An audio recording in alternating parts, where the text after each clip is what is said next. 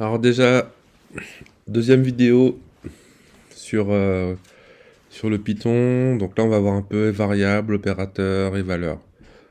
Donc c'est des notions un peu abstraites, mais bon, faut passer par là. Ça va être rapide. Le chapitre, voilà, blablabla.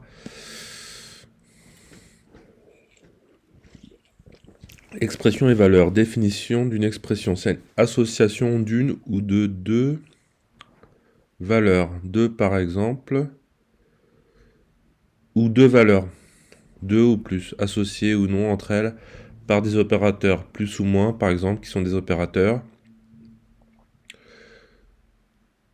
Et ah oui, deux, c'est une valeur, pardon. Une expression peut ainsi se limiter à une valeur, par exemple 5. 5, c'est une expression. Donc les opérateurs sont facultatifs. 2 plus 2 est une expression. Les espaces n'ont pas d'importance en Python. Par convention, on en place un pour des raisons de lisibilité. Par contre, les espaces ont de l'importance en début des expressions pour l'indentation, mais nous verrons cela plus tard. Voilà, c'est-à-dire avant d'écrire une expression, on peut faire plusieurs espaces et là, ça a une importance. Les valeurs peuvent être des entiers, int, noté int, comme 1, 2, 3, 4, des nombres réels, 1,2, pi, etc. Ou des chaînes de caractères string en anglais. Par exemple, le hello, H-E-2-L-O. On est donc au niveau mathématique, mais je crois que c'est niveau collège. Une petite précision, un opérateur n'aura pas le même résultat selon qu'on opère sur un type différent.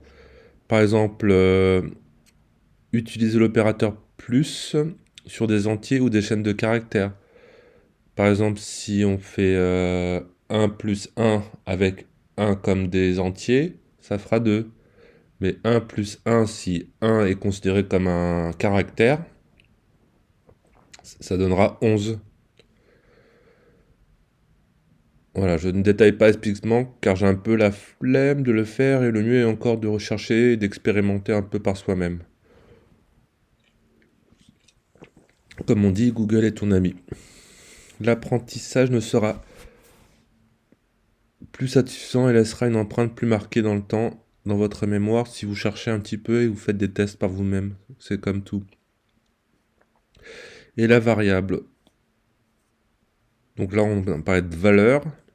Donc c'est un autre concept. La valeur et la variable sont deux choses différentes. La valeur peut être sauvegardée dans la variable, mais pas l'inverse. Une valeur peut exister par elle-même. Par contre, une variable a besoin d'une valeur, sinon il n'y a pas de sens, autrement dit, une erreur apparaît. Quel nom donner aux variables est tout un sujet en soi. Je sais pas pourquoi, mais c'est le genre de sujet qui me passionne. Ça m'intéresse, mais pas dans l'excès non plus. Je suis pas non plus détraqué. Acting. J'imagine qu'il y a des livres entiers sur le sujet. Vous verrez bien par moment que vous ne pourrez plus utiliser certains noms de variables et certaines manières de les écrire. Ouais, il y a des noms de variables qui sont réservés comme par exemple name, je sais pas, fonction, parce que c'est déjà des fonctions en fait. Petite caractéristique qui me rappelle une bêtise qui circule dans le milieu professionnel ou non. Python est sensible à la casse. Petite notion que j'aime bien, qui sert pas à grand chose dans la pratique, mais bon. Autrement dit, le langage distingue les majuscules des minuscules. Julien et Julien sont deux noms de variables différents. Voilà, ça me rappelle que les personnes qui, lorsqu'elles appellent leur adresse email, précisent s'il y a des majuscules dans leur email. Ça n'a pas de sens, parce que je rappelle que les adresses mail, comme les adresses web, ne sont pas sensibles à la case. Si vous tapez google.com en majuscule ou en minuscule, vous arriverez à la même destination. Alors, j'ai regardé pourquoi on appelait ça sensible à la casse. Voilà, ça vient un peu de, de l'imprimerie. Voilà, vous voyez une casse parisienne au musée de l'imprimante de Lyon. Voilà un chapitre court, car je pense qu'il y a quelques notions abstraites et peu d'exemples pratiques. Autrement dit, c'est un peu chiant et en plus pas très compliqué. Encore une fois, les commentaires sont là pour poser des questions, proposer des améliorations pour ce post. Donc n'hésitez pas à mettre des commentaires ici plutôt que sur YouTube. Voilà.